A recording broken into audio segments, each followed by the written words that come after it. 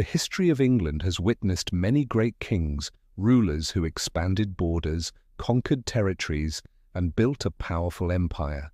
But among them, one figure stands out, not for his glorious victories, but for a long trail of mistakes, betrayals, and unrestrained ambition. King John, the man in whom an entire nation once placed its trust, only to see him push the kingdom to the brink of chaos. Today's story will take you through a turbulent life, from a pampered childhood to the throne of England, followed by a steady descent into scandal, treachery, and blind love. John was born in 1167, the fifth and youngest of 8 children of King Henry II and the infamous Queen Eleanor of Aquitaine. As the youngest son, born 13 years into his father's reign, John grew up with fewer advantages than his older brothers. This is what earned him the nickname Lackland, the prince without a land. In 1172, at the age of 5, John was betrothed to Alice, the daughter of Count Maurienne, and was granted by his father, King Henry II, the lands held by his eldest brother, Henry the young king. This decision plunged England into a civil war, with Henry II facing a rebellion led by his discontented sons, allied with King Philip of France, rebellious nobles, and the King of Scotland. The conflict ended in 1174 with a victory for King Henry II. In 1183, tragedy struck the royal family when Henry the young king died. However, this event became an opportunity for John, as King Henry II sought to reward him with the title of Duke of Aquitaine, along with lands and soldiers.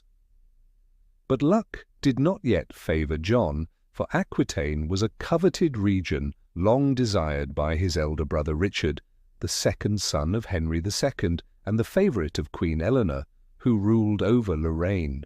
To prevent conflict among his sons, Henry II convened them and demanded peace. He appointed John as a lord at Windsor Castle and provided him with troops and ships to subdue rebellious nobles in Ireland and enforce the papal bull issued by the Pope at the time. For the 19-year-old John, the expedition was more of a personal adventure than a military campaign. He squandered supplies on frivolous pleasures, turning Ireland into an island of chaos and violence, eventually being defeated by the King of Limerick, the territory intended by King Henry II for John's governance. Had descended into anarchy. Facing failure and hoping for forgiveness from his father, John's fortune changed again when his brother Geoffrey died in Paris. In June 1187, during peace negotiations between Henry II and King Philip of France, John's luck turned once more. King Philip's sister and Alice were to be engaged to John, and he was formally granted the title of Duke of Aquitaine. However, this act of favoritism by King Henry II enraged Richard, as Alice and the dowry of Aquitaine had been promised to him for the past 20 years.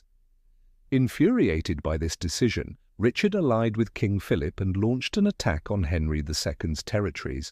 Devastated by betrayal from his most beloved son, Henry II died on July 6, 1189.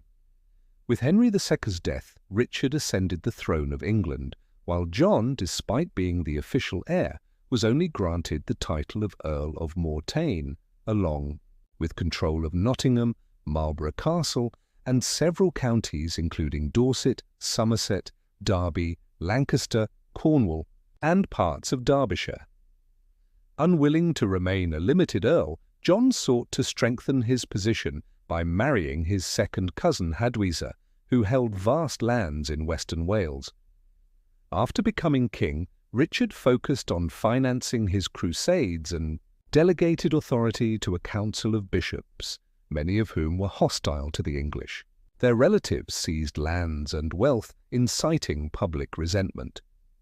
Seeing an opportunity, and backed strongly by Hadwisa's family, John positioned himself as a national hero.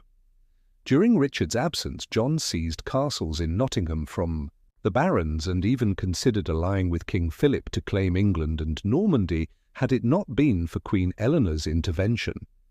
Meanwhile, Richard suffered a devastating defeat and was captured by the Duke of Austria. Seizing the opportunity, John allied with rebellious bishops to destabilize England, but quickly turned on them when he was offered more money to buy loyalty from pro-Richard barons.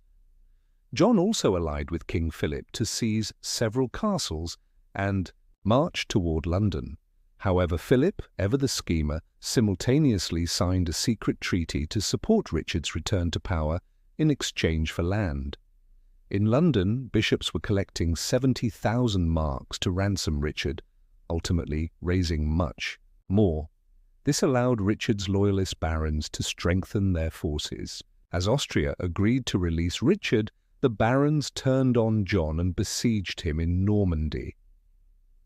In March 1194, Richard was freed and returned to Normandy to restore order and address the chaos John had caused. Richard accused John of treason and gave him 40 days to make amends. John, taking advantage of Richard's mercy and using his cunning, reconciled with his brother, and, a year later, regained the titles of Earl of Morton and Gloucester. As a loyal follower of Richard, John received financial support to fight King Philip and was also granted succession rights. Coincidentally, not long afterward, Richard died from a poisoned arrow inscribed with the words, "The pride and glory of the chivalric West." With Richard's death, John, who had been named as his successor, now faced a challenge to the throne due to England's still unwritten principle of primogeniture. His rival was Arthur, the son of his deceased brother Geoffrey, who was strongly supported by the nobles of Brittany, Anjou, Maine, and Touraine. Nevertheless, John wisely courted Richard's allies and solidified his own power. To gain support from English nobles, John promised to uphold traditional rights and privileges. With shrewd and timely actions, John was crowned king at Westminster Abbey on May 25, 1199. Upon ascending the throne, King John focused on gaining public trust. The treaty with France signed by Richard was upheld, winning over the French nobles who had supported Richard and now backed John. This allowed John to pressure King Philip into accepting a new, favourable treaty for England.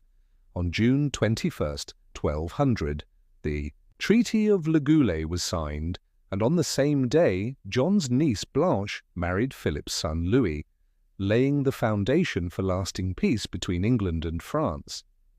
Thanks to John's cunning, diplomacy, and support from his wife's powerful family in Western territories, by age 33 he had opened a promising era of prosperity for England, peaceful, unified, and with strong ties to France.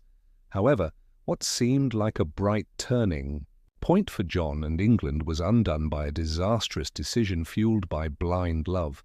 After nearly 10 years of marriage, John divorced Hadwisa, a woman well regarded by the English nobility. This sparked outrage as John disregarded the loyalty of his vassals and powerful English nobles.